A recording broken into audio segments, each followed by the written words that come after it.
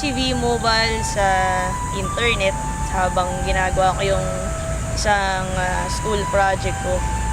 Naghanap din ako ng extra income nun that time. So, hindi ko na pinalagpas yung ads na yun sa internet. Pinuntahan ko siya sa Ortigas, nag-attend ako ng BOM, nagustuhan ko talaga yung business. Pero, unang problema ko talaga nun, dahil estudyante pa ako nun that time, is pera. Wala akong pang-join. Talagang, gustong-gusto ko talagang sumali, pero di ko alam saan ako kukuha ng pang-invest.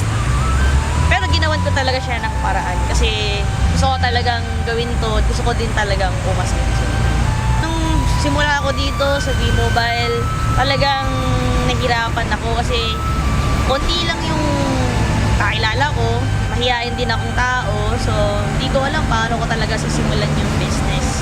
So, ang ginawa ko talaga, naisip ko talagang gawin is umattend ako ng training para matutunan ko paano gawin yung business. Simple lang yung family namin, talagang budget lahat ng bagay.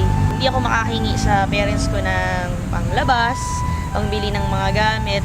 So, kaya naisip ko magkaroon ng pagkakaitaan kasi gusto ko talagang bumili ng mga gamit para sa sarili ko, mga gadgets, damit, and syempre marami din po akong pangarap sa buhay.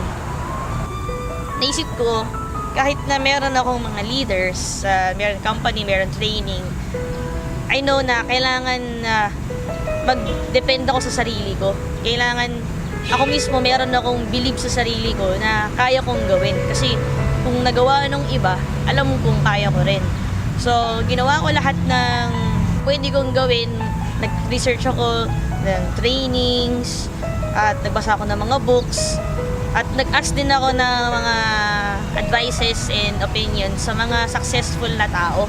So, by that, nakakuha ko ng mga tips and techniques. In-apply ko lang siya doon sa aking business and hindi ko napansin na effective talaga siya and talagang magbo-boom yung business.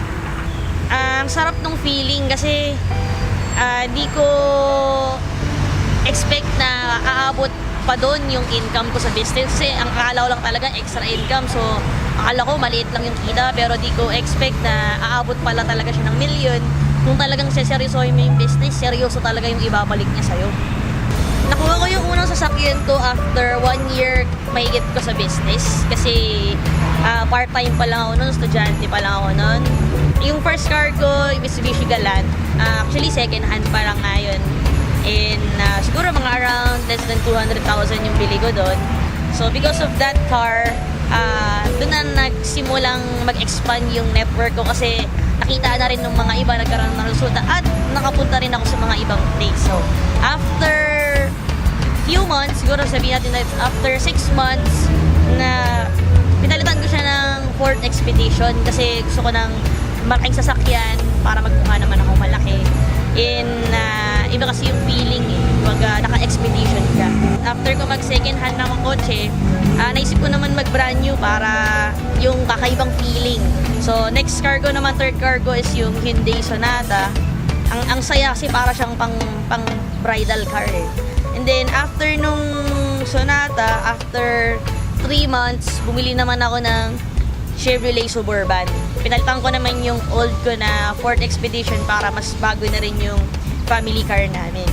Then, sabi ko na lang, before ko makuha yung Camaro, pinagdasal ko muna siya kay God. Kasi sabi ko, Lord, gusto ko ng isa pang car. Pero, kung hindi mo siya ibibigay pa sa akin ngayon, okay lang.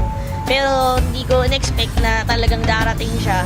So, ito naman ngayon yung latest car ko, yung Camaro. Talagang, ang sarap ng feeling kasi dati hindi naman ako nakakasakay ng sasakyan. Wala akong sasakyan. Hindi ko alam kung makakabili ba ako ng sasakyan. Hindi ko rin dati na-experience na pumasok ng showroom at from that day is pwede ka nang bumili ng sasakyan. Nung una pa nga, ayaw ko pansinin ng mga agents kasi siguro akala nila isa lang ang musmus na bata. Pero di lang nila alam na ako na pala yung bibili ng sasakyan. So, iba talaga yung feeling kasi parang iba yung achievement na mararamdaman mo eh. So, talagang sobrang thankful talaga ako sa business, sa V-Mobile, kay God, tsaka syempre, yung determination ko na gawin yung business. Sa lahat ng nag-reject sa akin, maraming salamat kasi dahil sa inyo, lalong lumakas yung loob ko na gawin yung negosyo at patunayan sa mga hindi naniniwala sa akin na kaya kong gawin yung business with or without you. Dahil sa inyo, yung spirit ko na gawin yung business talagang sobrang grabe. Advice ko sa mga new members, number 1, maniwala muna kayo sa Diyos. Kasi siya yung nagbigay sa inyo, nagturo sa inyo ng opportunity na ito. Magtiwala din kayo sa company kasi yan yung magbibigay sa inyo ng mga commissions ninyo. And lastly, magtiwala kayo sa sarili ninyo kasi wala namang imposible kung marunong kang maniwala.